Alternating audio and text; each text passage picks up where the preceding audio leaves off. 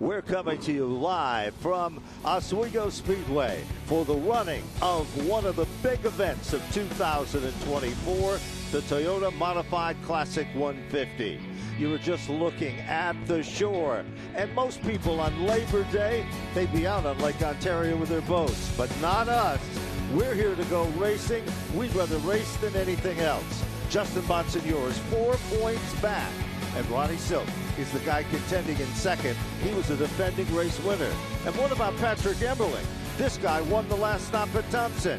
And a new face, or is it an old face? Bobby Santos in the familiar bowler car. But Matt Hirschman has been a rocket and the fastest car in the house. Those stories and more are putting to the test at the Steel Palace, home of true champions, right here from Oswego Speedway. The cars are staged on the inside of pit road, waiting for the command. Tonight's presentation is about to begin in just a few short moments. Hello, everyone. I'm Ben Dodge, and alongside here at Broadcast Central, the gentleman that'll be a part of the presentation as well. And that, of course, is Joe Murata. Joe will be covering the action, and you're looking at the field of modifieds, 20 cars strong. What the story is here is earlier today, Mother Nature cursed us with some heavy, heavy rain. Right now, ladies and gentlemen, we want to give the command. We're going to count it down from 5, 4, 3, 2, 1.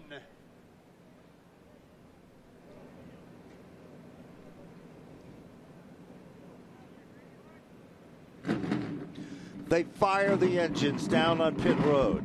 The sound of the mighty modifieds, there's nothing like it. You talk about a facility with so much history, this is exactly just that. Going into today's event for the competition here, we look back into the record books. Brian Ross won the very first event of this type way back in 1988. He capped it off to do it again the following year. But that wasn't the only great stories that took place here, because in more modern times, the story changed and the competition became even more intense. Ronnie Silk has 3 wins. Justin Bonsignore has 2. Jake Johnson, who's not with us, vacating the number 3 ride to go back to school. He has 1 victory. Matt Hirschman also with 1. Austin Beers with 1. Patrick Emberling with 1. And Trevor Catalano. 10 starts. 1 driver has won 7. And the name is Hirschman. 67 Whelen Modified Tour drivers racing, of course, and they start to move away from the starting grid. Racing action is about ready to commence, as we are about ready to look at the starting lineup in just a moment. Joe Murata, the seasoned veteran driver, one of the absolute best broadcasters in the business, joining me alongside. You're looking at car number 3, Bobby Santos III, behind the wheel. Remember, he's driven the Tineo car and had tremendous success, car number 44. Next car is moving out of pit road, Tyler Ripkema, car number 32, the black automobile to the left of your screen. And of course, no one can doubt the credentials of car number 82. That, of course, is the Woodman, Woody Pitcat. As they move into correct order to get things scheduled and start up, we'll take a look at the starting lineup in just a moment. A very unique racetrack. What makes it unique? The outer walls are soft, not like soft barriers that you would find at any race facility in modern day times. These are perhaps the softest. They are made of styrofoam. And on the inside wall, there is metal, well, they call it boiler metal, and that surrounds the inside of the racetrack. You can get a wheel down underneath, but the story is not to get a wheel down underneath. The story is to stay in the groove, about half a lane up. So let's take a look at the starting lineup. The gentleman who turned the fastest time is the PD Motorsports machine. Car number 60 for Matt Hirschman from Northampton, Pennsylvania. Surprise, but no surprise. Craig Lutz will be starting in the outside of row number 1. We look at the second row in the competition. It's Patrick Emberling. Justin Bonsignore will be starting outside of row number 2. And then a look back at row number 3. Kyle Bonsignore And then the young and talented Austin Beers after success at Lancaster Speedway. Bobby Santos shows it's no fluke. Car number 3 will move into the starting grid in the 7th starting spot. And Ronnie Silk, 4 points back in the point rundown. He will start back in position number 8. Then it's a pair of Catalanos. Trevor Catalano in 9th, Tommy Catalano in 10th. Just out of the top 10, drivers like Tyler Ripkema, along with Tyler Catalano. And, of course, Andy Jankowiak and Andrew Kraus making up that 8th row of competition. Final row in the field, Melissa Fifield will pick up at the rear of the competition. You're looking at our field for tonight's Whelen Modified Tour spot, and there they are, 2,600-pound rocket sleds, the finest. And what have we seen so far in the competition this season? We'll take a look at who's done what and who has done what. At the start of the season, it was, of course, at New Smyrna Speedway. It was Ron Silk, the gentleman that was the big winner there. Then on to stop number 2 at Richmond. Justin Bonsignora showed a thing or two. And then the competition shifted to Thompson, and Silk was back in winning form. When they went to the high banks of Monadnock, it was Jake Johnson. Then on to Riverhead, where Silk was back and racing to the front. Matt Hirschman was the big dog at Seekonk Speedway. And at Loudon, Justin Bonsignor. At Monadnock, another first-time winner and a big popular victory, Trevor Catalano. And then we went on to the next spot, Lancaster and young Austin Beers. But on the last stop, it was car number 1, and that, of course, was Patrick Emmerling.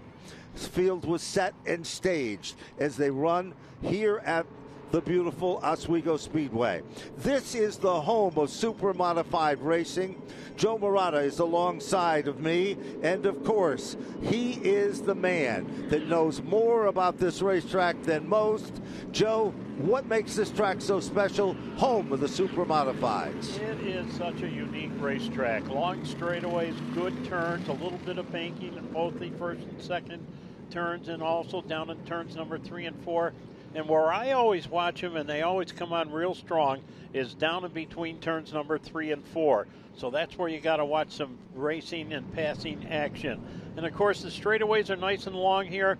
You get a lot of passing going between the straightaways off at turn 4 and going down into turn number 1. It's an action track.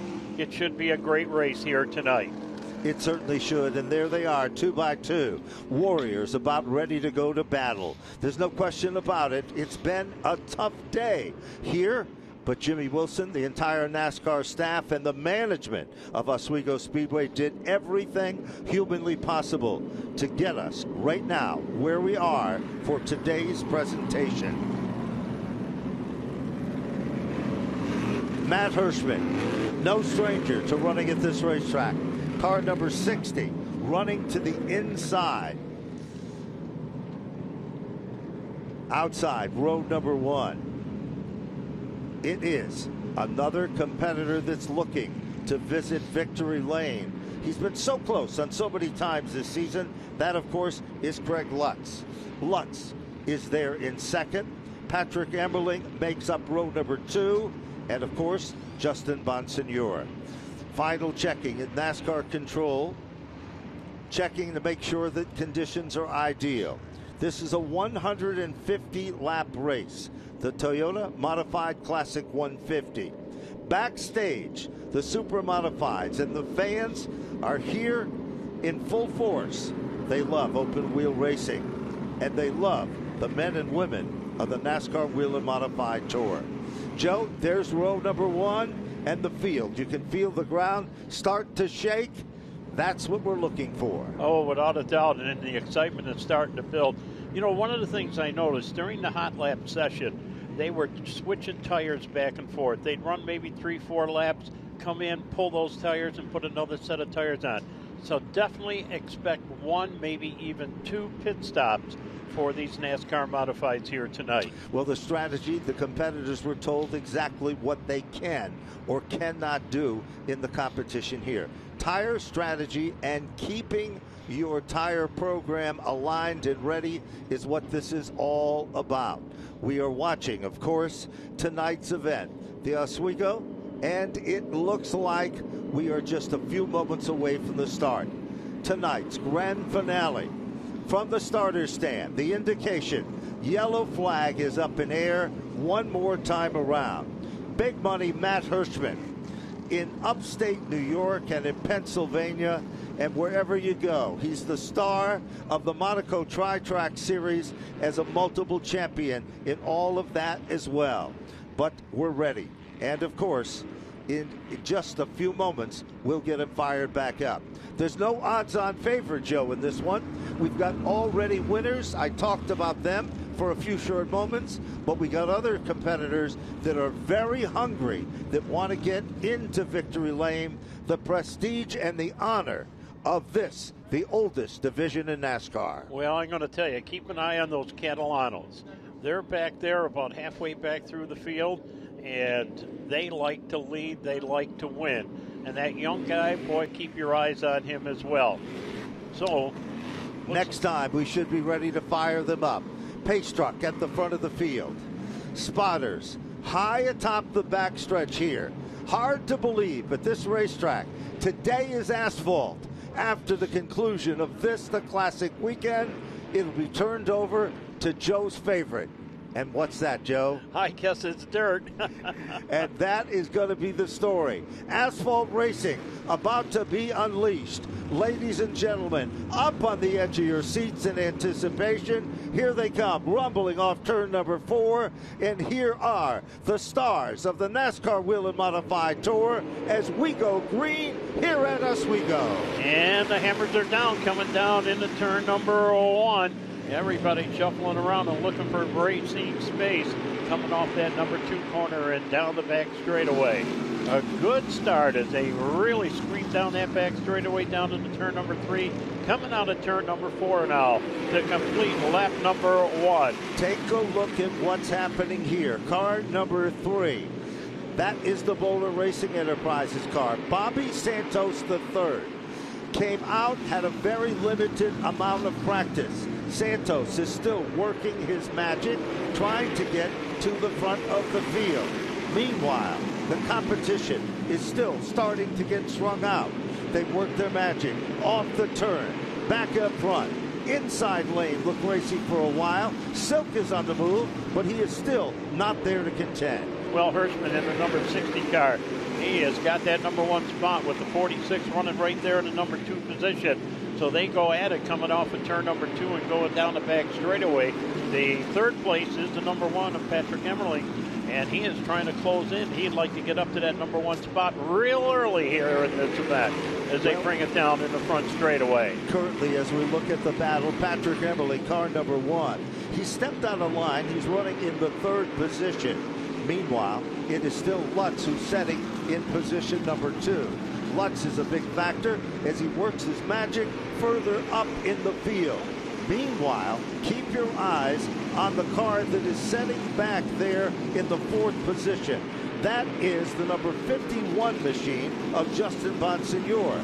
Bonsignor starts to work over Patrick Emmerling. Directly behind him is Austin Beers. Nobody is stepping out of line already, but suddenly Emmerling is feeling the heat of car 51. And Beers in that number 5 spot, holding on to that and trying to move in on Bonsignor for the number 4 position as they run down in between turns number 3 and 4. Coming off of turn 4 and down the front straightaway, Beers hangs right in that number 5 spot, and he is challenging. They're all right together. It's still anybody's race. No clear leader. Hirschman, though, up in the number 1 spot, and Hirschman leads him down in between turns number 3 and 4. Well, the battle still rages between second on back. It is Lutz with car number 46, trying to keep a nice tight line to the bottom through the turns. Emmerling is there, runs in the tire tracks, then directly behind him, it is Bonsignor. We're looking further back in the field. Bottom of the top 10, Woody Pitcat, car number 82, has just won around the Catalano number 54 car. That's a battle, as we said, just out of the top 10 currently as we speak. Beers still running back there in that number 5 spot aboard car number 64. He's trying to close in. on the number 51 of Bonsignor, who is running in the number 4 spot. Bonsignor seems to be drifting up the racetrack when he comes out of turn number 2, and doing that just now as he goes down the back straightaway. Jacob Lutz, car number 14, we had a good shot of him working his magic to get to the front of the field of this event. Right now, we're looking at Tyler Ripkema, car number 32. There are literally 6 cars behind him. Catalano is here with the 56, then the second Catalano car. But right now, they're trying to move in on the inside of Tyler Ripkema. Ripkema still sitting in that position as they come off the turn and head down into turn number 1. Still tight racing. The Catalano brothers are at it once again. And Jan Kowiak is right there in that neon green and white machine. Yes, he is. But I've been watching the front row with Hirschman up there in the number 1 spot. Lutz riding right there in the number 2 spot. And Lutz trying to reel them in as they go down that back straightaway. Lutz now high in the number 2 spot, trying to close in on Hirschman. But Hirschman seems to have everything going his way right now as he comes down and completes. Well, it's not the story, Joe, for the lead right now. It's the story for third position. In the third position currently is Patrick Emmerling. Justin Bonsignor, the leader by 4 points in the point standings, setting back in the 4th spot. But he is being heavily worked over by the number 64 car of that young and talented Austin Beers. Beers setting back, waiting for the opportunity.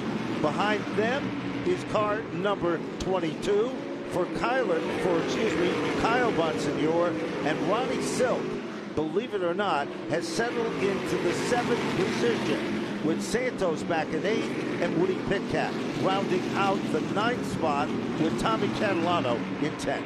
You know, I've been watching that number 7 spot. You're exactly right. He has been really closing in that position and trying to go to the outside. Now, everybody is staying down low, coming off the corners and down the straightaways, whether it be the front or the back straightaway, particularly in the back straightaway. But a couple of cars now are drifting up a little bit higher and trying to come down on going down into turn number 3 to try to pick up a spot. Right now, it is single file. 132 laps to go. Well, there's no question as things are starting to settle in. It still appears that there is a pack of cars. You just looked at Silk. Silk looks to the inside. He's directly running in position number 7. Kyle Bonsignor directly in front of him. Bonsignor drifts up 1 lane. Now, moving to the bottom of the racetrack, Patrick Emmerling putting the pressure on Craig Lutz. Lutz in the 46 car. Emmerling is there. Can't do it. Look a little further back. All of a sudden, here comes Ron Silk. Silk moves in, takes over position number 6. He is starting to make his presence known. I'm watching that battle with Emmerling, who is running back in the number 3 spot. He tries to get up high, always tries to get a run coming off of turn number 2. Just cannot complete it, but he is going to be a factor when we get about halfway through. Right now, Hirschman way up there on the top side with Lutz in the number 2 position. Meanwhile, good battle still going on as car number 16, Ron Silk, has moved into that 7th position.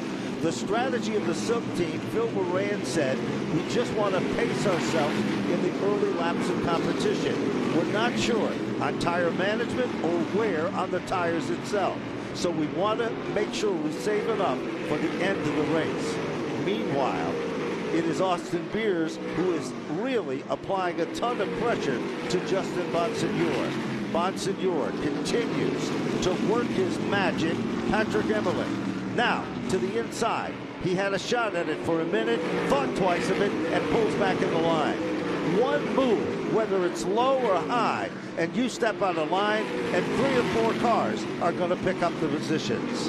Back there in the number 4 spot, Bonsignor aboard car number 51, holding on that spot.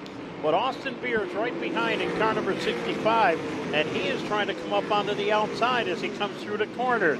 Right behind him, it's Ronnie Silk, and Ronnie stays right in the fast lane, coming off the corner. Bonsignor running back there 7th. Santos in the number 3 running back there 8th. 9th is Woody Pitcat, and Tommy Catalano rounding out the top 10. there's good racing still in that battle between Austin Beers with that number 64 car. That is the car that Sly Zabin, who used to be the crew chief on the championship Flamingo team years back when drivers like Ryan Preece was dominant at championships on the Whelen Modified Tour.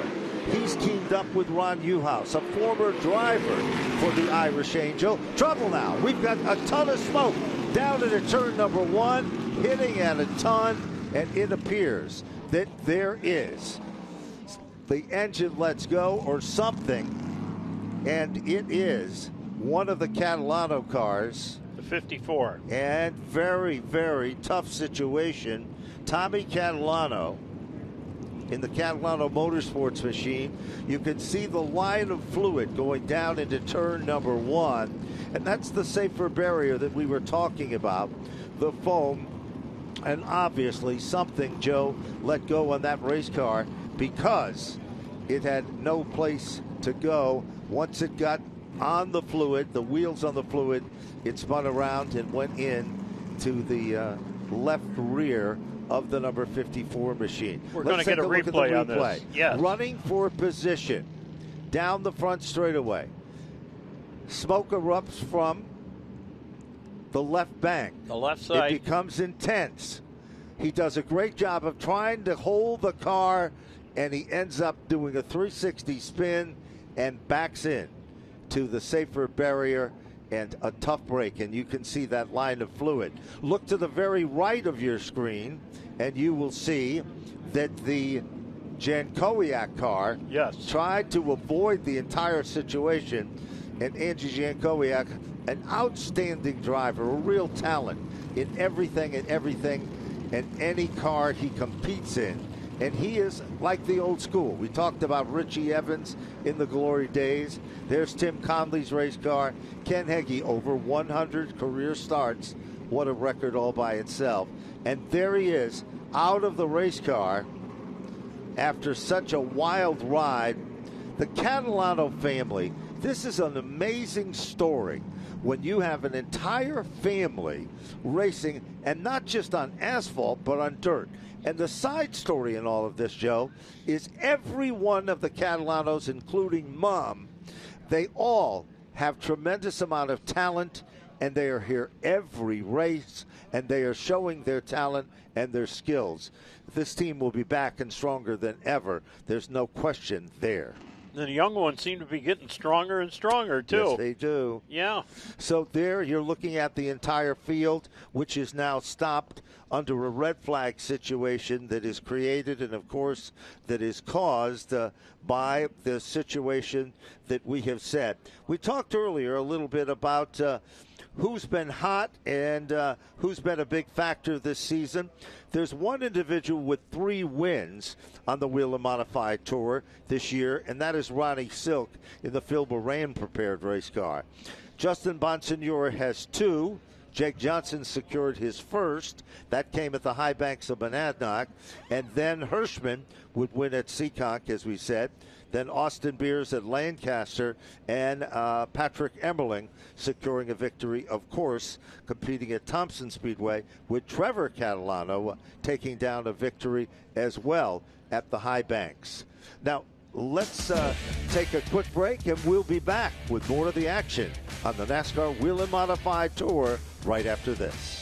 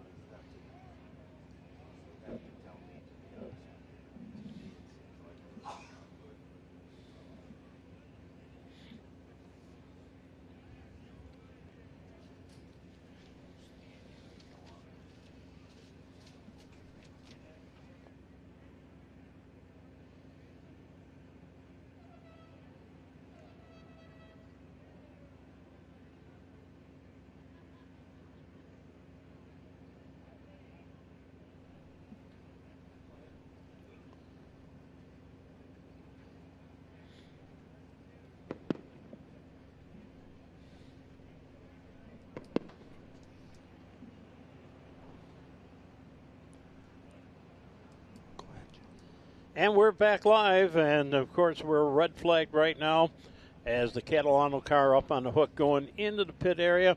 Track safety crew doing a tenacious job as always, and you could see where they started to lay the speedy dry down, right down underneath here in the front straightaway and all the way up into turn number 1.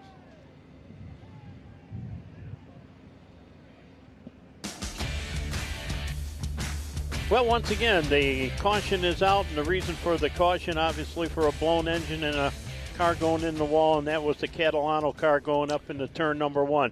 They're laying the speedy dry down right down in front, here in the front straightaway, all the way up into turn number 1.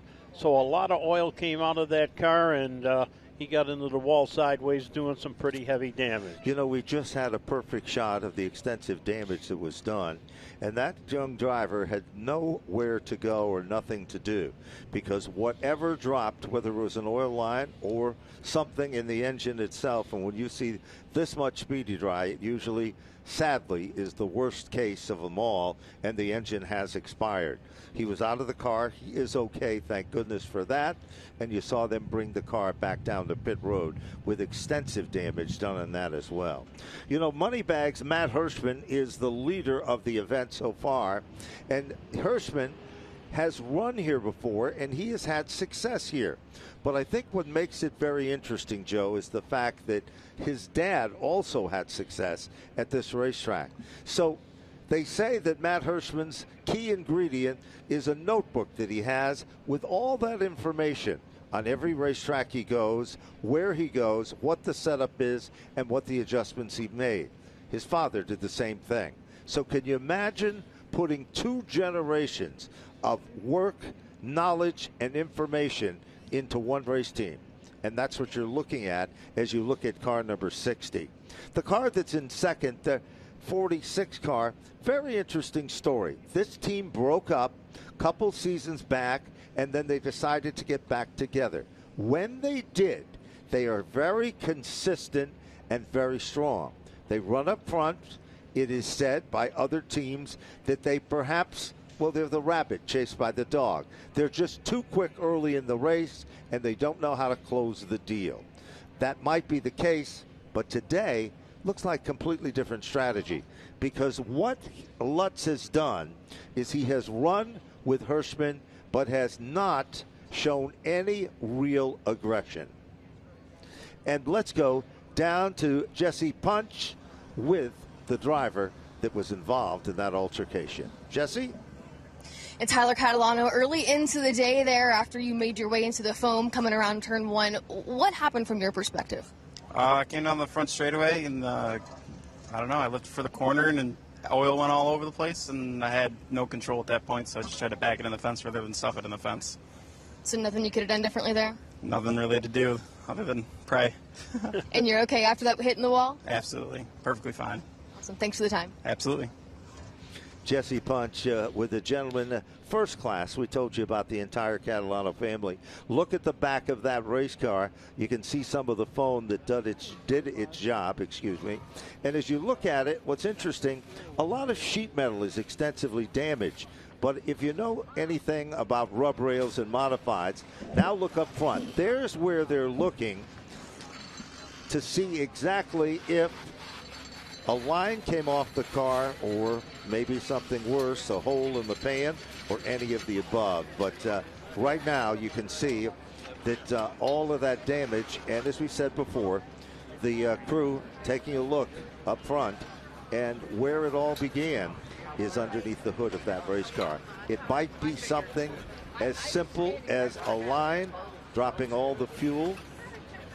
These are dry sump engines, and of course they carry a lot of oil, and once that oil is out on the racetrack, well, there's no more second guessing it, and that's what you're looking at exactly as we speak right now. Let's go back and take a look at who's moving up or who's staying in line. Patrick Emmerling is in third when we went to caution, and Justin Bonsignor, he's tested the waters on Emmerling several times. He's tried low and then moved to the outside, but has not been able to get the job done. Then Austin Beers, he's a youngster with a ton of talent, having a tremendous amount of success. Kyle Bonsignore has been working him over. Ronnie Silk is there in 7th. Bobby Santos is at 8th. Woody Pitkat is up to 9th. And Tommy Catalano with the 54 car was running in the 10th position. And there's JJ, the gentleman who's involved. Each one of their race cars on the Catalano team has different crew chiefs and different people that are involved, and checking, asking questions about the engine and what happened or what didn't happen is the answer. And whenever you're dealing with mechanical devices, you know the story, Joe. Anything can happen, and usually does. And does, yeah. I've been checking the times of the top 10 drivers. And, of course, Matt Hirschman, on his last lap, he went in 18:079. Craig Lutz went in 18:110. But your third place running car, he went in 18:062. That's Patrick Emmerling. And he has been consistently the fastest car out on the speedway. So we're going to see some action up there with the top 3. Fourth place, Justin Bonsignore. He, on his last lap, he went in 18:108. Austin Beers went in 18:097. So they're all right together. I mean, they're turning almost identical times. One may be a little bit quicker than the other. So obviously there's going to be a showdown. There certainly is going to be a showdown.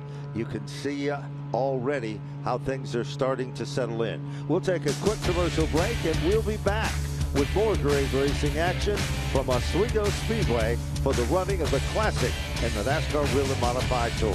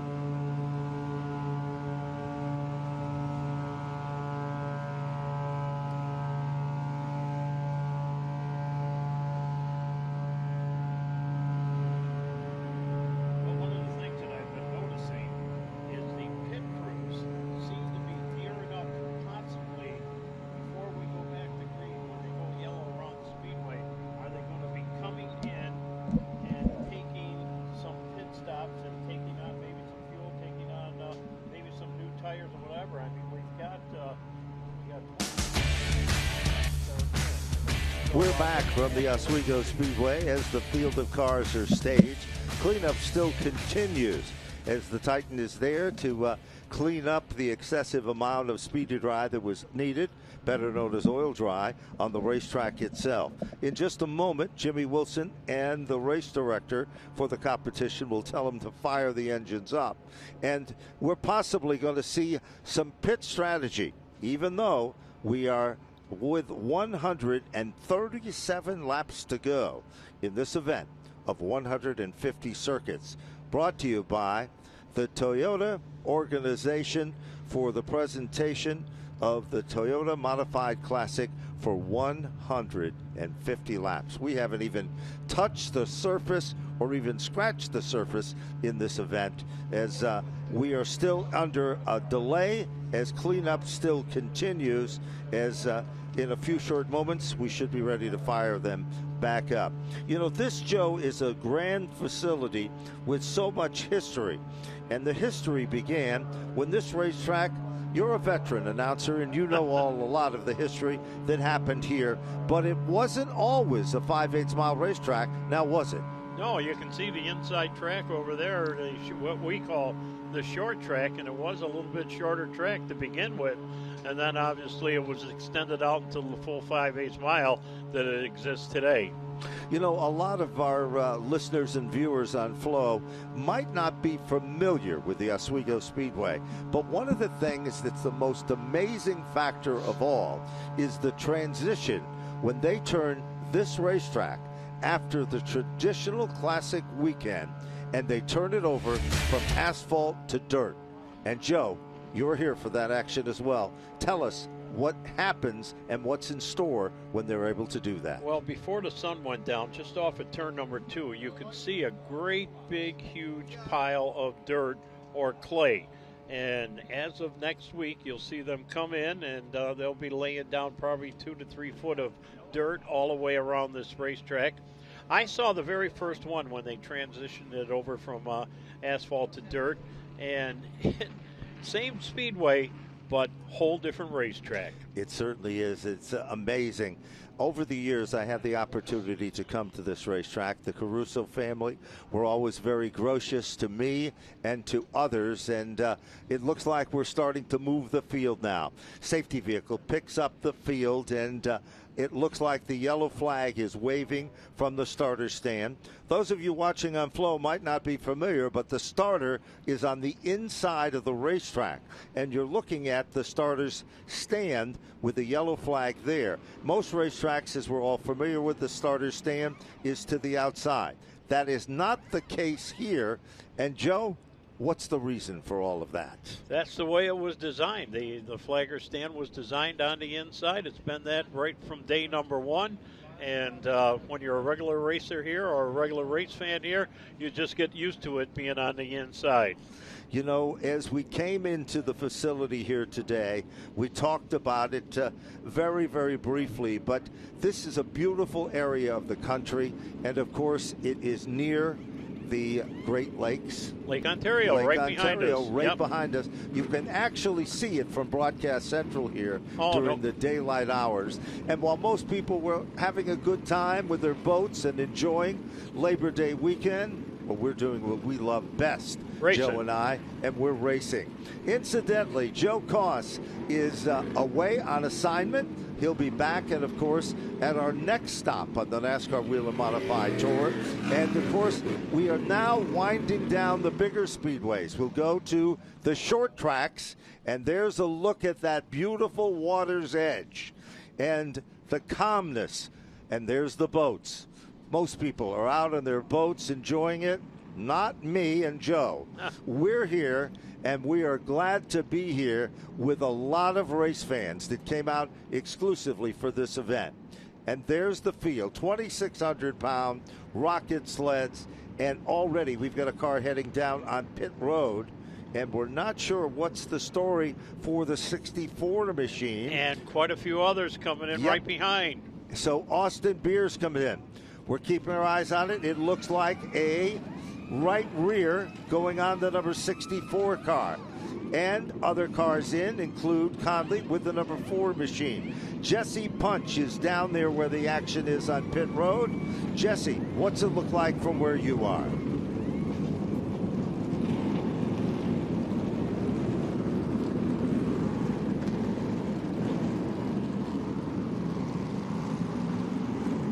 Well, right now they are just coming in, changing tires. Most of them are just changing the right rear, and I didn't see any of them adding fuel.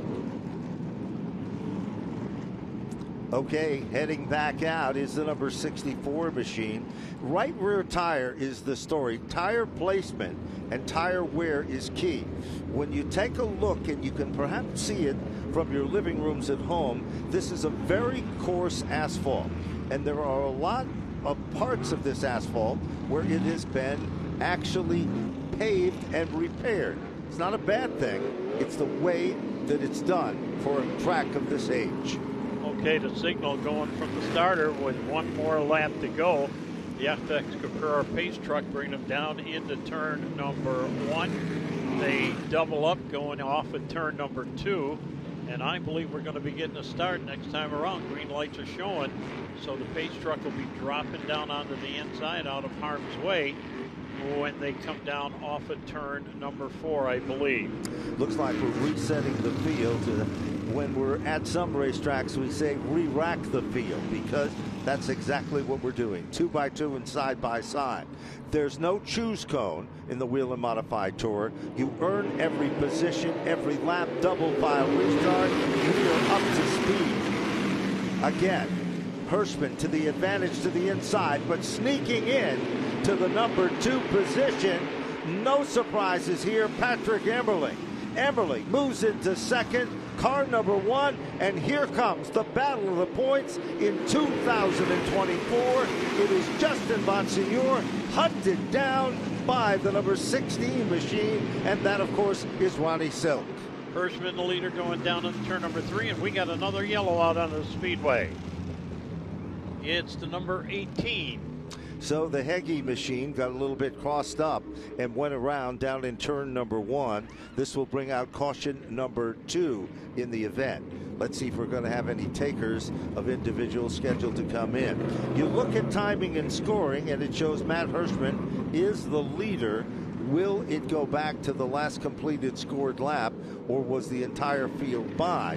If that was the case, then Craig Lutz would go back into the number 2 position. Car number 60, of course, is still the leader, but the real story in this one is Patrick Emberling, because he was the guy that gained big and moved into second, and you can see timing and scoring is putting Patrick Emberling back into that number 2 spot.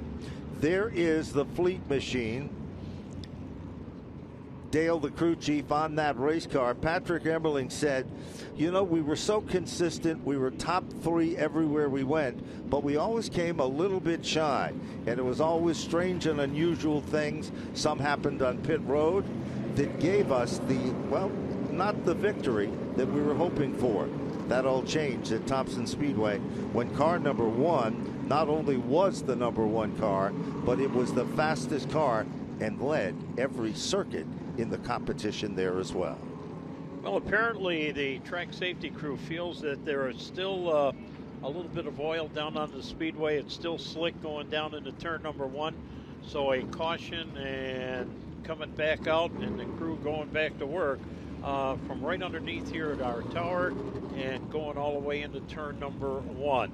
Well, the safety services crew, from the Oswego Speedway and the Toyota truck, everybody gets back in position, and they'll be moving along. They had checked the racing surface, and it does not appear that the situation is, well, any different perhaps than it was. The NASCAR Safety Services truck, which is the red Ford that you're looking at, they're coming out to check the racing surface themselves. They feel that everything is okay, and race control is talking with them at this particular time. So Ken Heggie's machine that brought out the caution number 2, spinning down in turn number 1. And turn number 1 has been the toughest spot of this racetrack, Joe, for the early laps in the competition here. Well, that oil got laid down in there, and of course that just makes it slick. So heading back down on pit road. Oh, yeah. We've got 3 cars coming in. Now, we believe these are not, we've got Tim Conley, who's already been in and out. Ken Heggie, who was the car that brought out the caution. And then we've got a 3rd car further down on pit road. So nobody up front is pitting or taking advantage of things here. Right front tire being changed. And then Conley's car is returning. That's the 4 car. And then the number 56 Catalano car for Trevor Catalano is heading back out, making a minor chassis adjustment as well. Still little preparation being made to the racing surface itself.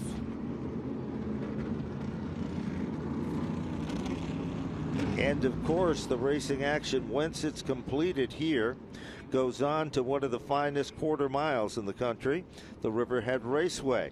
That'll be backed up with the event that'll be held, the 3rd stop that'll take place, and that of course is taking place at the high banks of Monadnock. We certainly hope that you'll be heading there for the JDV production event, the final event for that organization for the Whelen Modified Tour of 3. Then North Wilkesboro, Thompson Speedway again, and the crowning of the champions from the Martinsville Speedway. And what a season it has been. You're looking at the date, September 14th for Riverhead, the 21st, Monadnock Speedway, October 5th, North Wilkesboro, and then back to Thompson's Motorsports Park for the October World Series of great racing action. Chris Machad and Tom Mayberry putting together a spectacular event once again. And then it all comes to a head at Martinsville Speedway, which was a traditional favorite for a long, long time of modified drivers, owners, and race fans. The blower coming down and blowing off some of the speedy dry or the dust going down there into turn number 1. That's our Titan that is out there to make sure the racing surface is ideally suited.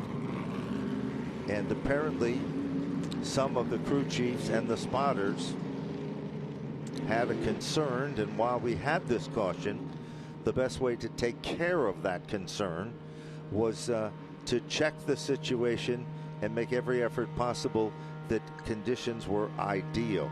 Very unique racetrack because no two turns on this racetrack is exactly the same, is it, Joe? No, it's not. It's a little bit different. Going down in turn number 1, a little shallow going into the number 1 corner. Turn number 2, it's pretty wide coming off that corner because they can really get a run coming off that turn. And I always call it the tricky number 3 turn. Going down into turn number 3, they can use probably 2, maybe almost 3 lanes going into that number 3 turn. Then I call it the short shoot between turns number 3 and 4, where they pretty much straighten out the car and then cut in for the number 4 turn. You know, when we were looking at time trials today, there was literally no car in the top 5 that ran the exact same line around this racetrack. Everyone was trying to find the quickest way possible, and that was not an easy task by any stretch of the imagination. And by weather, it changes. You know, when you're super hot and the track is really sticky, going right down into turn number 3, right in that middle lane seems to be the quick way around, and then they let it drift up a little bit going into turn number 4. Each driver, each car has its own different pattern going into those corners, and that's what makes the Oswego Speedway so unique. It certainly does, and as we said before, they did not have the normal amount of time today. This was an impound race, so they didn't have the amount of time due to weather conditions. So it was perhaps the quickest turnaround that we have had this season for a NASCAR Whelen Modified Tour event. So 2x2 and side by side, they're ready. You're looking at row number 1. Joe, you've seen a lot of races at this racetrack.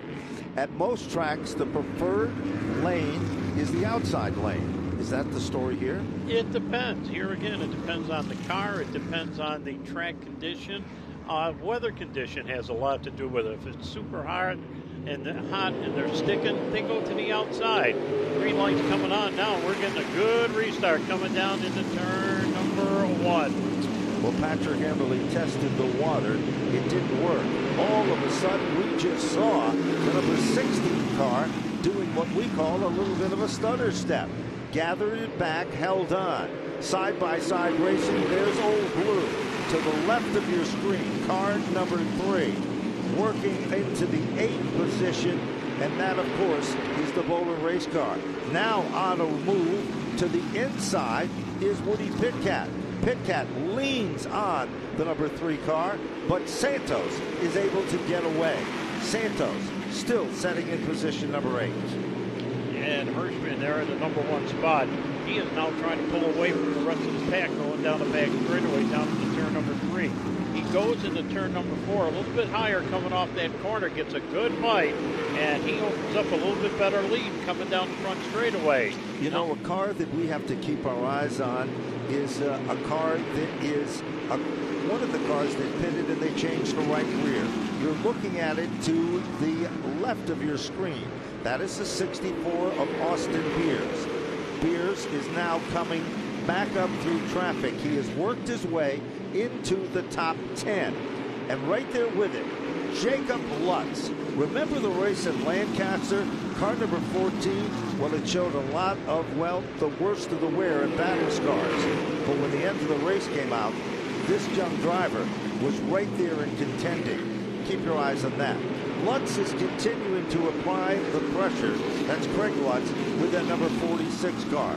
Woody Pitcat's got a pretty good run going in Danny Watts' race car, as he's right there behind, believe it or not, that's his brother-in-law, Bobby Santos III.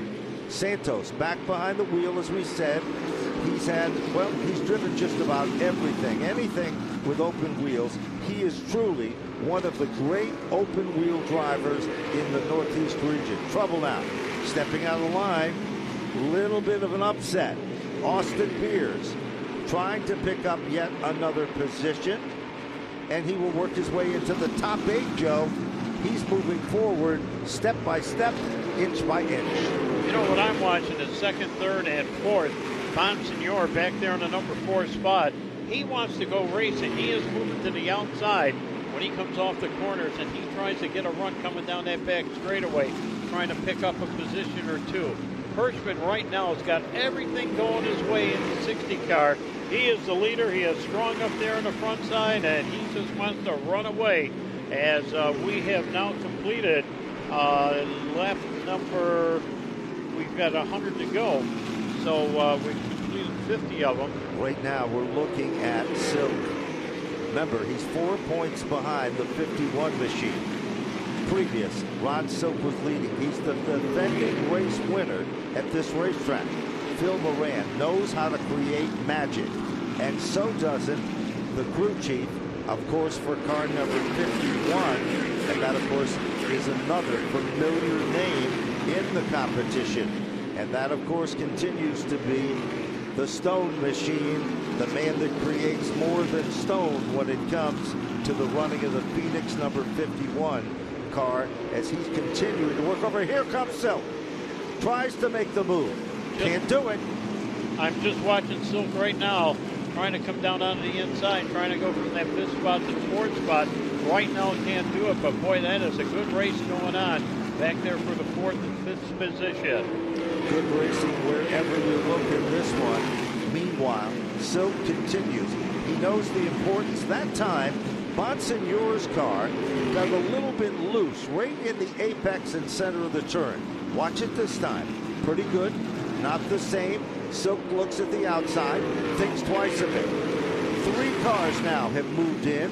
Then it is Kyle Bonsignor directly behind them. The 22 machine is a big factor here as well. So this is the battle for the 4th, 5th, and 6th position. Silk is applying the heat, and now here's the white 64, Austin Beers, moving to the inside of Bobby Santos. Beers has moved in to position number 7. Remember, he was among the first cars to pit. I am watching that battle for 2nd and 3rd right now with Emmerling and Lutz. Lutz goes to the outside on a couple of occasions, tries to get right up on the outside. Can't do it, has to pull back in the line, and then nearly loses that position. But he is a hard charger right now. Silk back there in the number 5 spot aboard car number 16. He is right there becoming a factor as well, going both inside and outside lanes. Ron Silk pulled off a classic Silk move. He worked over Bonsignor lap after lap. These are 2 of the best modified drivers in the country. Nobody would question their credentials. Silk realizes he's got to get to the front of this class. Every position represents points. Only 4 points separate first from second. Bonsignor has that 4-point advantage in the point parade. Once Silk got around, and here comes Austin Beers. Austin Beers working over Kyle Bonsignor. Inside lane. Beers has got a car running on rails to the bottom, and one of the only cars. And we got yellow out on the speedway again. 3rd caution of the event, just as things were getting real heated. And we're looking at another one of the Catalano cars that perhaps was the culprit. As car number 56 looks to be heading down on pit road, possibly once they open up pit road. But to reset the field, the man that has led the majority of the laps, no lead changes whatsoever, it is Matt Hirschman. Patrick Emmerling moved around Craig Lutz to move in to take over second. Lutz was in third. Ron Silk up to 4. Justin Bonsignora back to 5. Austin Beers has come from the back of the field. He has been so strong, he pitted way back on lap number 31 and quickly moved back to the front of the field. Now, Kyle Bonsignora is still in 7th. Santos is 8th. Jacob Lutz is 9th. And Woody Pitkat rounds out our top 10 positions here. Single file still until they tell the field to double up. Yeah, and right now I think you're going to see some pit stops. Are the leaders going to be coming in? It sure looks it. It sure does. Here they come. Looks like perhaps the majority of the field is coming in. We'll keep our eyes on it. Jesse Punch is down there where the action is. We're looking at the number 60 of Matt Hirschman. Hirschman's car stops. Yep.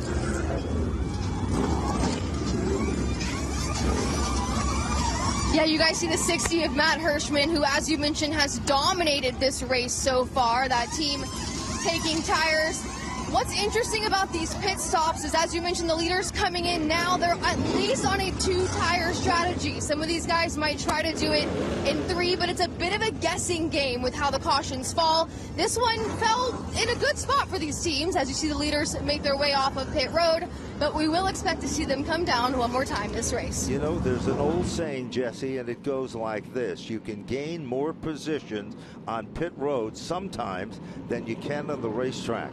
And if that is true, the guy that was able to come out quick was Ron Silk with car number 16. And of course, it was a 2-tire, as Jesse pointed out, and they changed both the rear tires on the number 60 car. Now, the Silk team, they did the same strategy, but they only went with 1 rear tire, and then, of course, they made a chassis and wedge adjustment. Amazing. Car number 16 is directly behind the number 1 car of Patrick Emmerling, and then directly behind Silk is, of course, the car that has led every circuit until this caution came out and pit strategy went into play.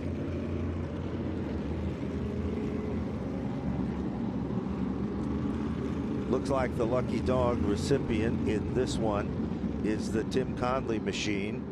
Down on pit road, car number 14 is back in again. That's Jacob Lutz, and it appears that they're coming back out. They didn't make any adjustments. That's a car that Bobby Santos competed with also. We mentioned the 44 car, the Tinio race car, that Santos had tremendous amount of success in years past, and has always been a contender. Doug Colby took over that ride as well for a very short time for a couple of events, and then a young driver who made his mark by winning one of the biggest paydays at New Hampshire for a running of an event there, driving for Robbie Fuller, Chase Dowling. Chase Dowling sat behind the wheel, and one of the most unbelievable moves at New Hampshire, manages to hold on and to finish in the top 3 on the podium. They went to Thompson next, and Dowling was up front and among the quickest cars there as well.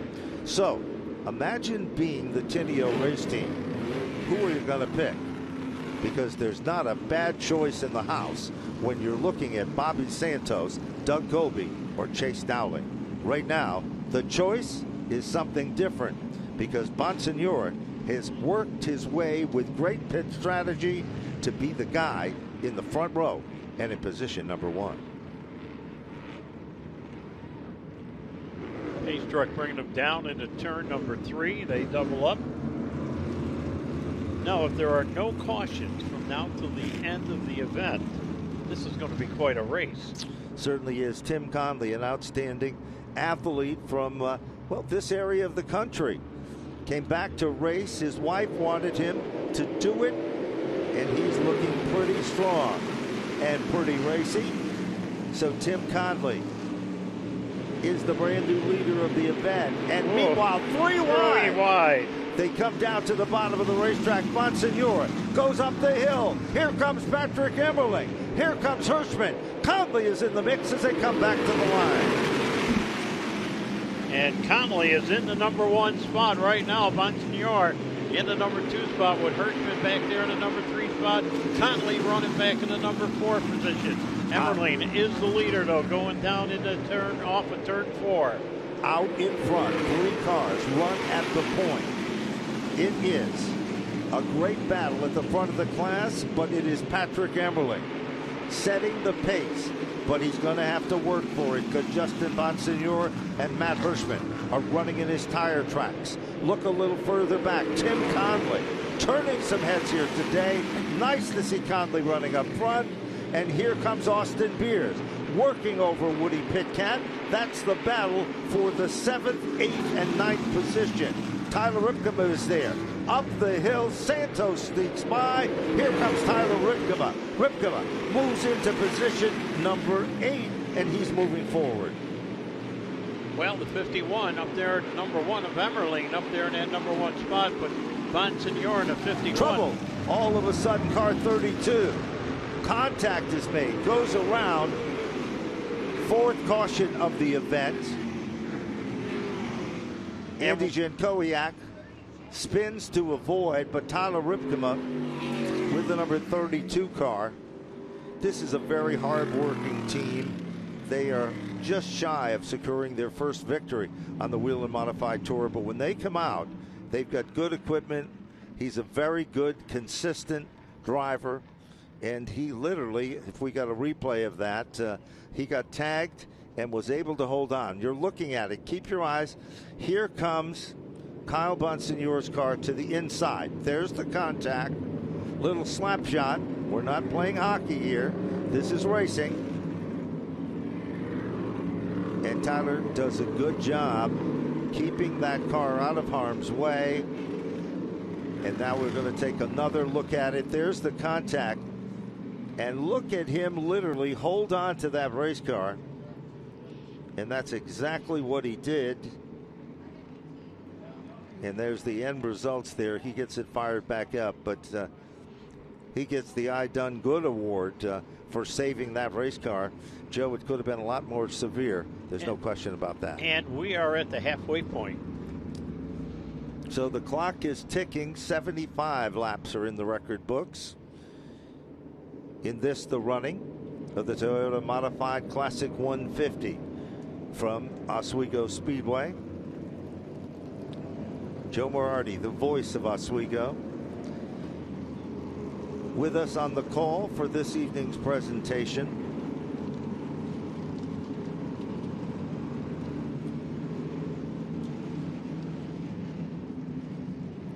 .76 laps are in. Will anybody be making a pit stop? Well, I think the strategy and pit work has been done. Yes, for some, but not for all.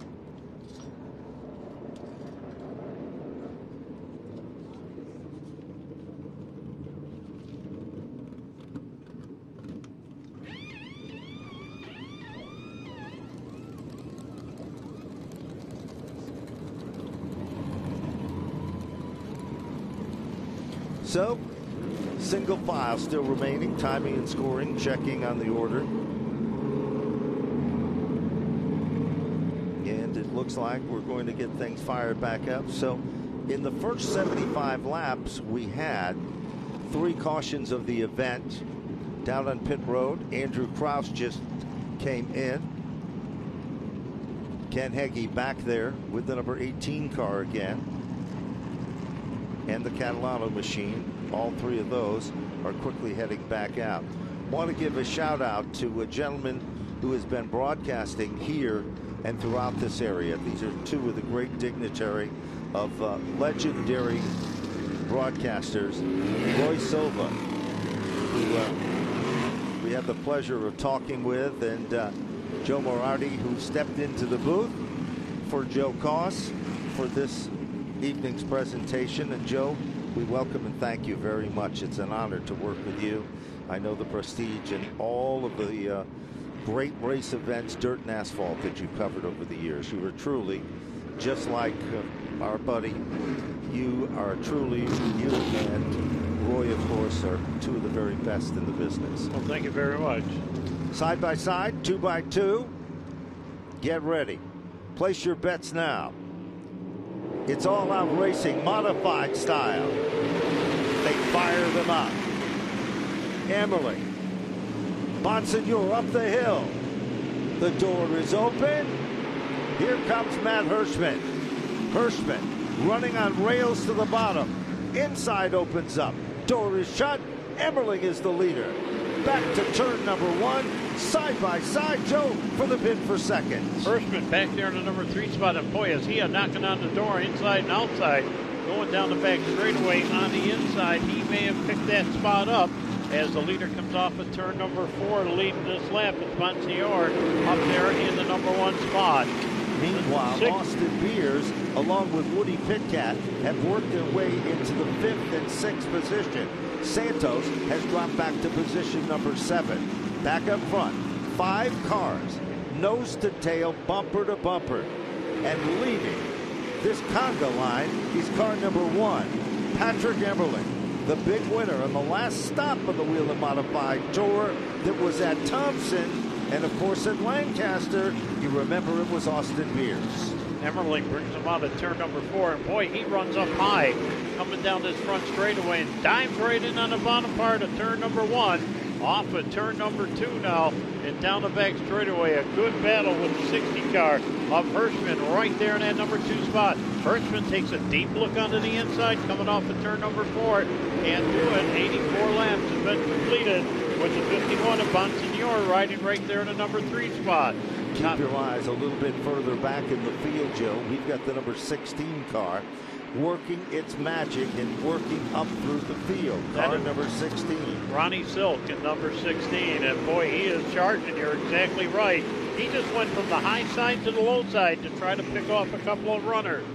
Strategy was different for them, and it cost them. But Silk is a man with a mission. And wherever he puts that silver 16, it seems to stick. Trouble now.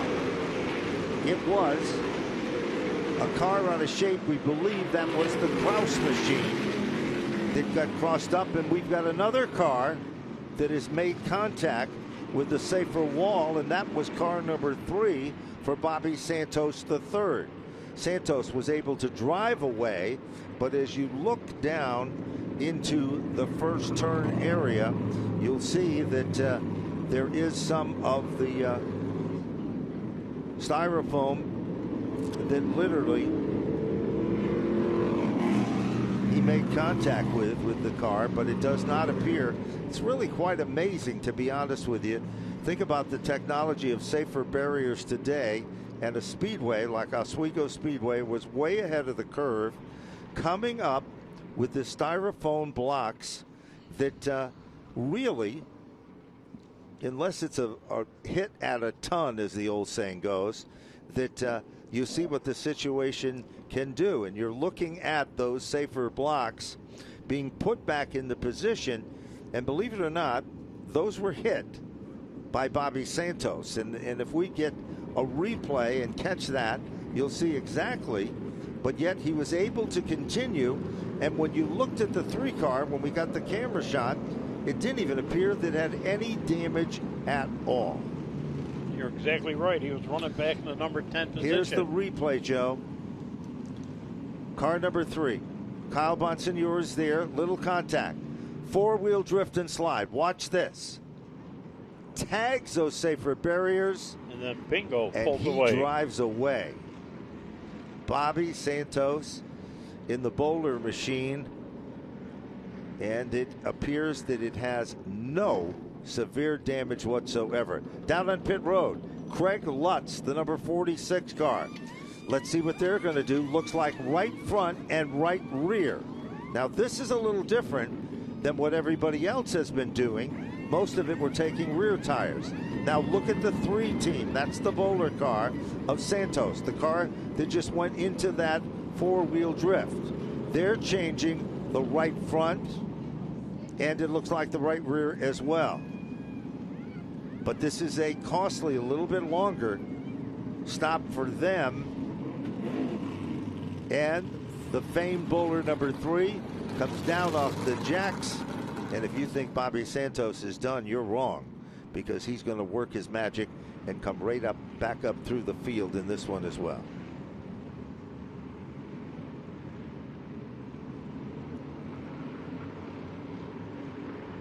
So single file is the formation. You're looking at the Santos machine. Now let's take a peek at row number 1. Car number 1, Patrick Emerling, inside. Got a new dance partner on the outside. Yeah. And it's Matt Hirschman. Yes, sir. With the number 60.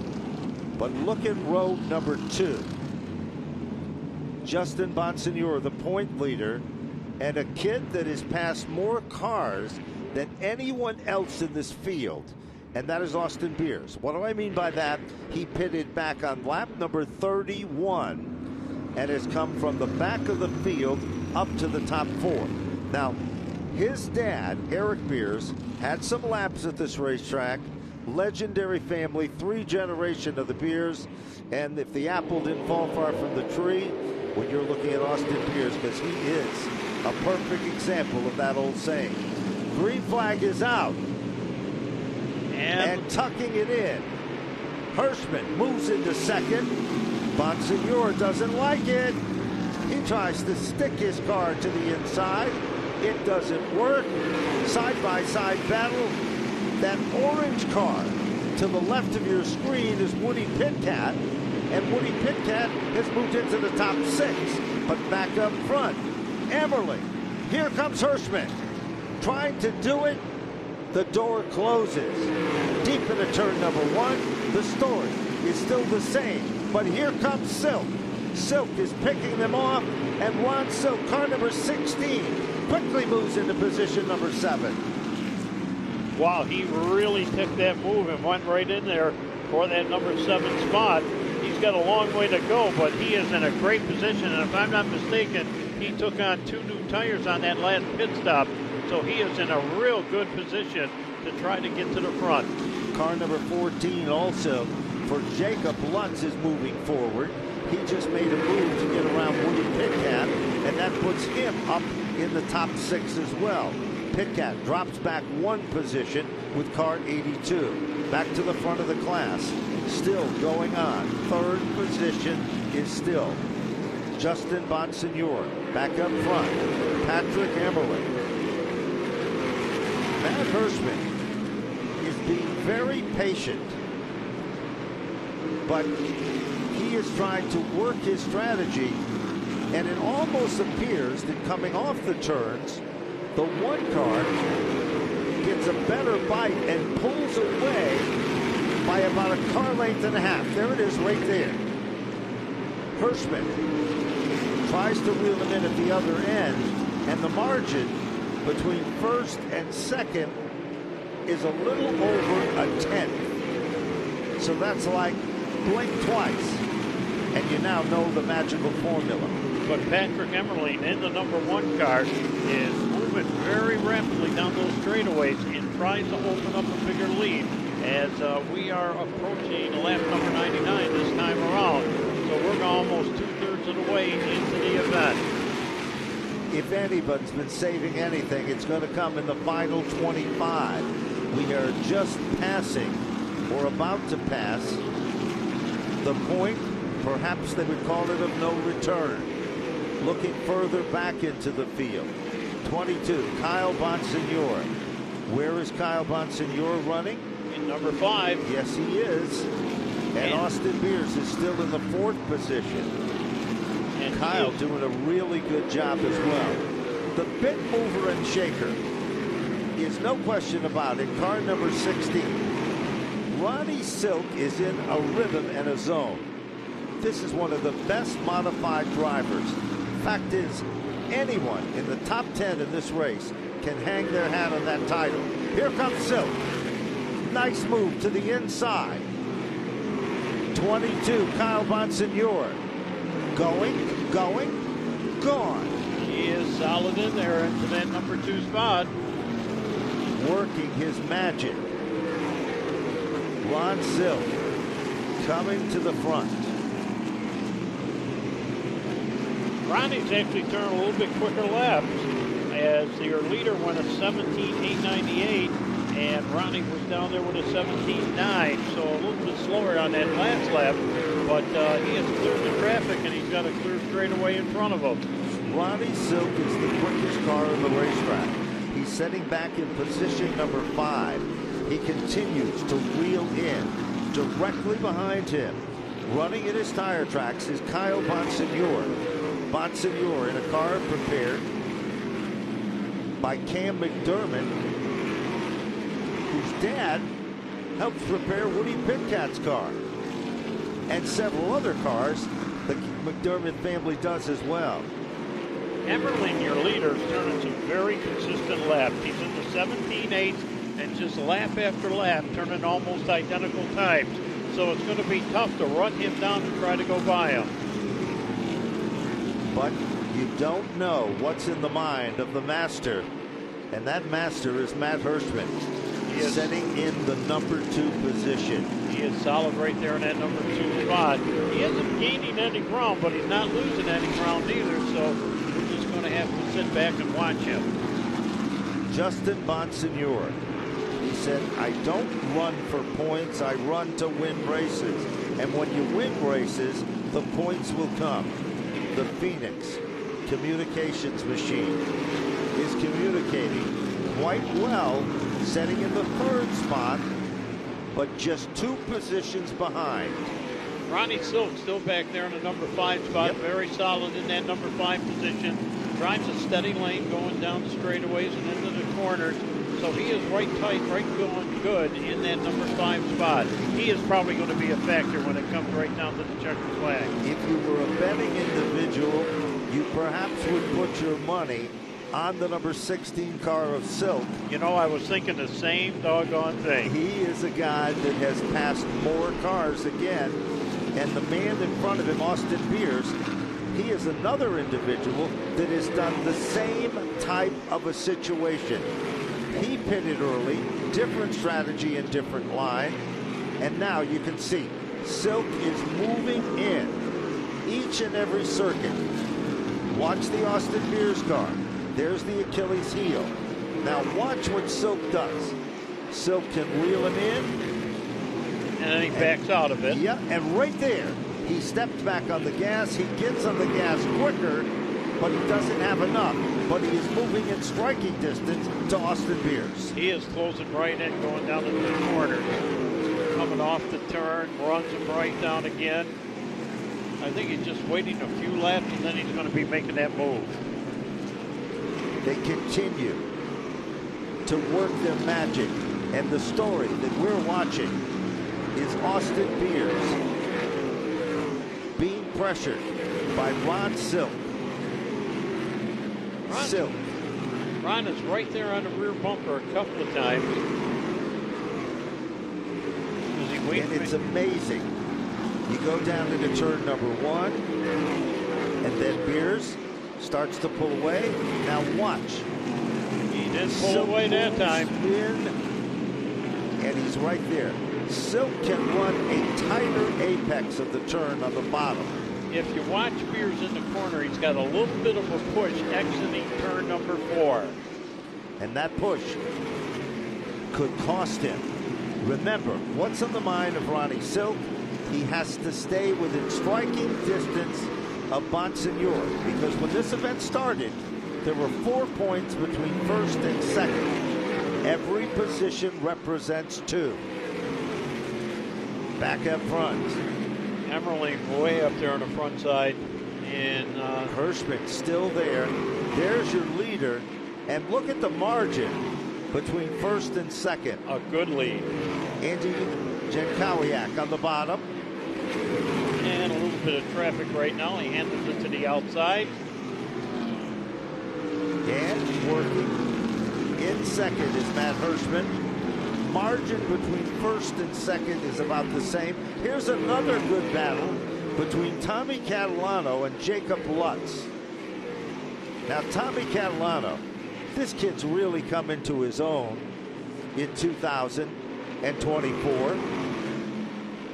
And as we said, at Lancaster, the 14 car was a survivor because there were times when he struggled, but at the end, he was right there as a factor in the black number 14 machine. Hirschman is just holding his own back there in the number 2 spot. I think he's waiting for a few laps to count down, and then he could be making a charge. It appears that Silk continues to apply the heat as now they come up on the Jankowiak machine. And that kind of works to the advantage, not kind of, it does. Yes. Work to the advantage of Austin Beers. So all the momentum and the time that Silk had gained is lost as they come up through traffic in a lapped automobile. And look at the effects of that by about, well, 2 car lengths. Just 5 laps ago, it was less than a car length. And we're getting down to nitty-gritty time right now. Less than 50 laps remaining in this event. Actually, next time around will be 25 to go. Yes, the countdown continues.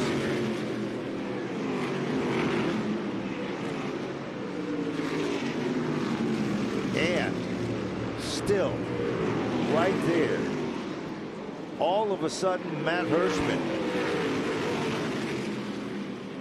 And now Justin Bonsignor comes up on Santos, which is lap traffic, believe it or not. That's hard to believe. And Santos is trying to work around the Catalano machine. Those 2 cars are battling for position, and that is not what Bonsignor needed. Whoa, and the Bonsignor machine Bounced. literally went into 4-wheel drift, and now Bonsignor is able to get by Santos, and his next target becomes Catalano, about to go.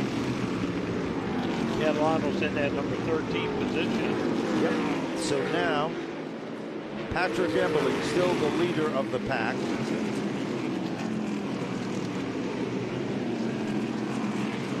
And this next time around, when they come across the stripe, it'll be 20 laps to go.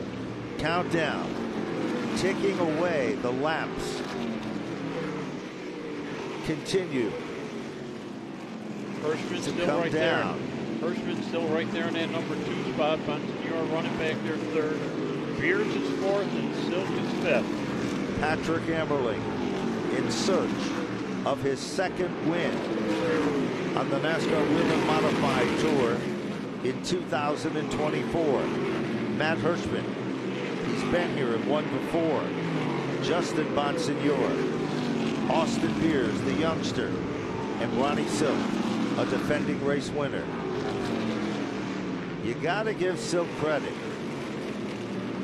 He has raced full throttle and up on the wheel in each and every circuit. As things start to settle in, and that battle continues lap after lap. Yes, it does. Bonsignor still back there 6th. Catalano 7th. Lutz is 8th.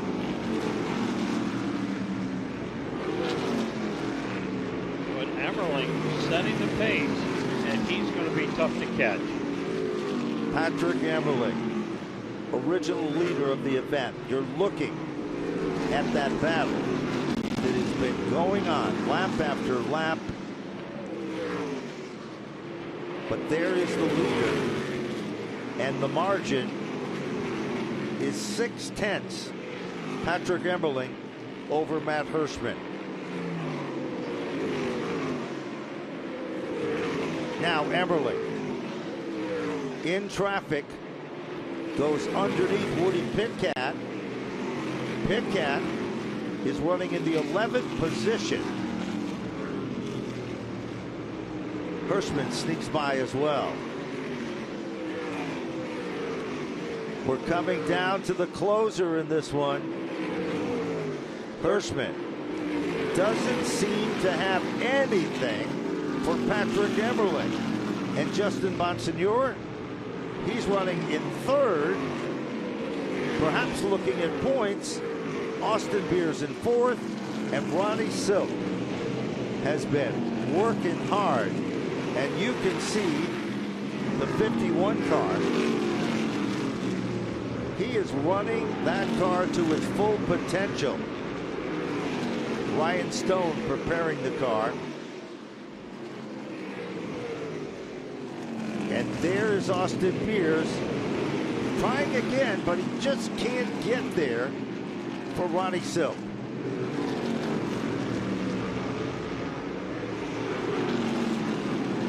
You're looking at the battle for the 4th and 5th position.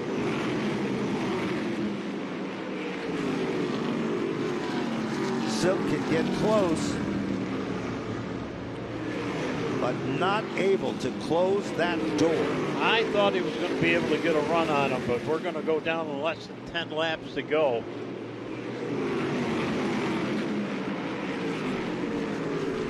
Emerling actually getting stronger. Well, oh, Silk gets a wheel down under. Ron Silk. We've been waiting for that. Pulls off the move, perhaps, of the event. Rib rides to the bottom. Yep.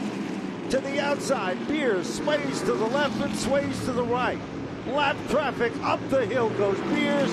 Ron Silk will move in and take over position number 4. We've been waiting for that for about the last 25 laps.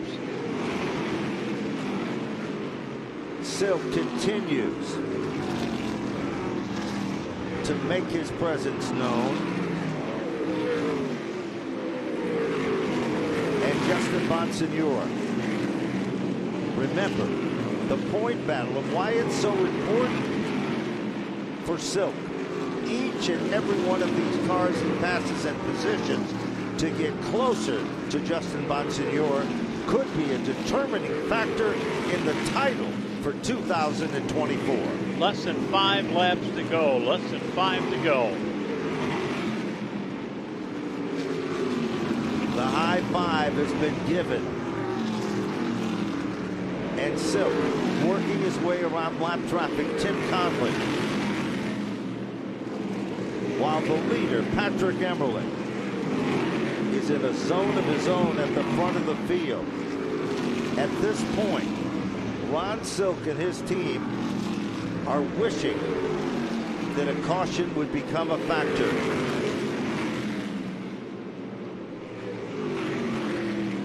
As Emerling has driven a flawless race, Silk goes around lap traffic again.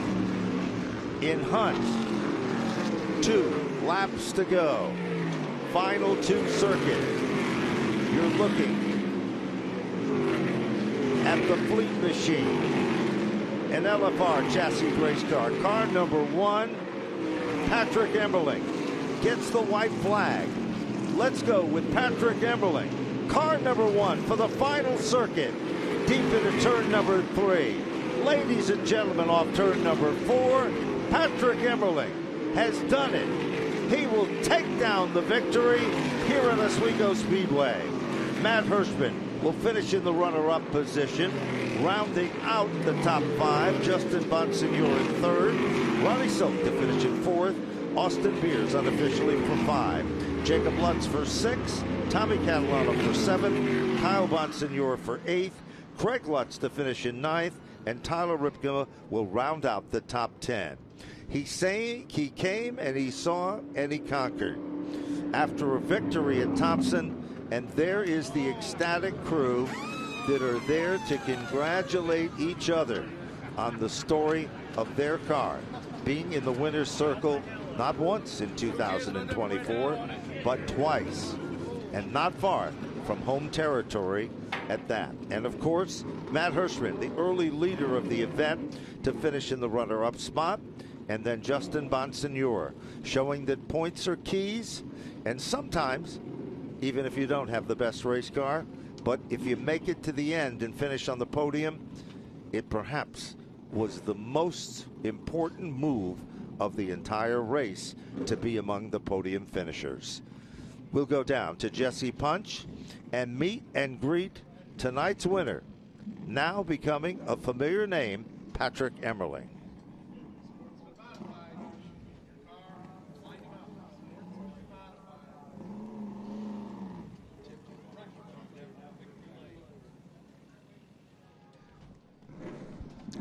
So there is the crew chief down there to congratulate the driver. And there is Jesse Punch, going to be moving in just a few moments to meet and greet Patrick Emmerling, getting out of the race car. And let's go down to Jesse Punch. Jesse? Here he is, your winner tonight, Patrick Emmerling, for the second race in a row. Gets it done here in that #1 car. This is his first season with this team, and he brought them their first win, as I mentioned, just last race. So back-to-back wins is huge, Patrick. Congratulations. You knew that obviously a very exciting pit road down here. Take me through those final laps. What's going through your mind? Oh, man, just we didn't need a caution there. Yeah, I mean, I knew, the 60 was really, really fast. He's really, really fast here, super hard to beat. And, we just, the team had a really solid pit stop, and we did a little dicing on that start there to get us the lead. And then, we had the car. Fleetworks #1 team supplied another incredible car. And, I'd like to thank everyone involved, Rich, Dal, and, my family, and this whole team here. They're wonderful, and we were just we were kind of building momentum. We're a first-year team. We were building momentum, and absolutely incredible. And and another thing too, we did in the series here. There was some gentlemen pass away, Jason and Evan Canfield. Let's pray for them. And man, this is incredible one with this #1 team, and I'd like to thank everyone involved. This is, absolutely incredible. We had another awesome car, and we'll get ready for the next one. Well, real quick, you mentioned momentum building. This is your second win with this team, second week in a row. After last win, you guys jumped to third in the points. Is this team making a run for this championship potentially? Yeah, I mean, I think we'd be close to the lead. We had one hiccup this year at Richmond, and pinned us back there, and anything can happen though, and we're coming on strong here as a team, and and we just we're showing up with incredible race cars week in and week out, and we just got to continue doing what we're doing and try to dominate these races like this, and so we got to do. That's Patrick Emmerling, your winner here tonight at Oswego Speedway, bringing it home once again to this brand new #1 team.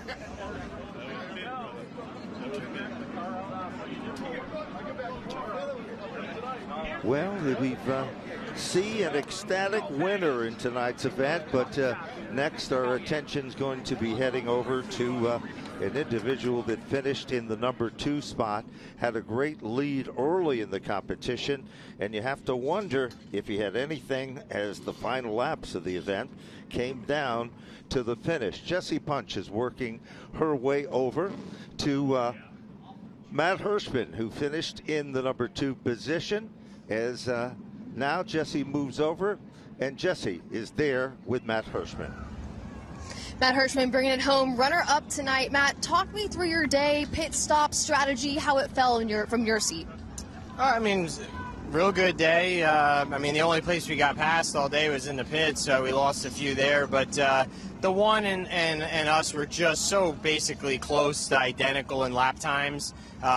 There were times where he was a few hundredths better and he opened up a little lead, and there were times where I was a few hundredths better and could close, but not even separated by a tenth. You're talking hundredths. So it was just just two cars were just that close. So we had the advantage early being out front. He had the advantage after halfway being out front. So that's always going to help, being out front in clean air. But yeah, I mean, for us, I mean, if you're running for points, it's a pretty good night or whatever, but we're not. We're really just trying to get some wins, and we got one earlier this year at Seekonk, and, we had a pretty damn good car today that you want to capitalize on when you have a car as good as this was, but they equally had a good car as well. So congrats to them.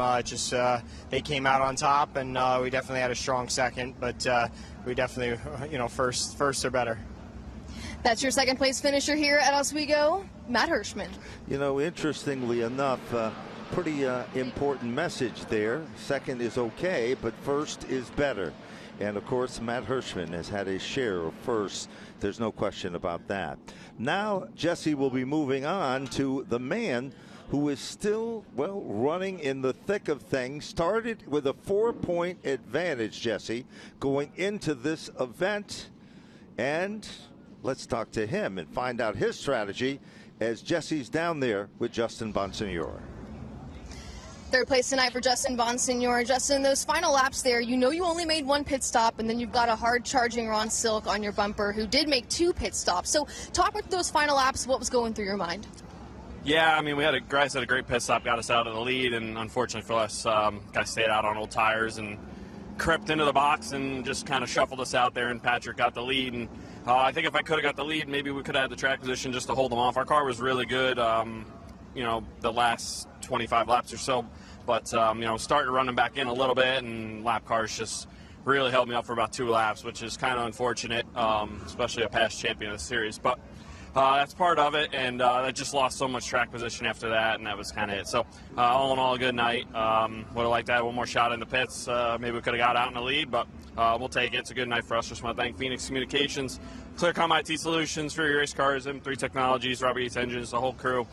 These are tough to get up here to these Western New York races, and everybody did a great job. Just want to thank NASCAR and Flo for getting us in today, and we can all go home and have a good Labor Day weekend. That's Justin Bonsignore, your points leader. Gets it done. Third place tonight. Well, Jesse, we've got 3 of the very best in modified racing that you've just interviewed. Tonight's winner, second victory for Patrick Emmerling on the NASCAR Whelen Modified Tour. Now we're going to be moving on to our next stop, which is not going to be a big 5/8 mile racetrack. We'll be moving on to the Bull Rings of Riverhead, Monadnock, and the High Banks, then on to North Wilkesboro and Thompson Speedway and the Martinsville Speedway for the final stop.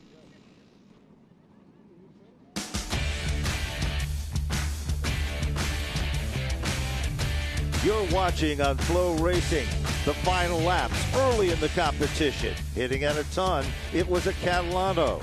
But when the race came down to the wire, the wild slide of the night, and he was safe, was Bobby Santos. Back up front, Hirschman led the opening laps, but at the checker, it was Patrick Emmerling. The crew was happy, and the event goes into the record books. 2 wins for Patrick Emmerling. Thanks for watching on Flo.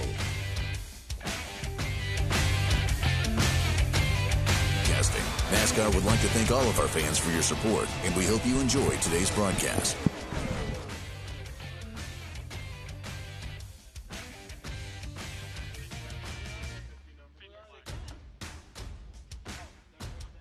Any idea how much it was? Any idea how much it was, Craig?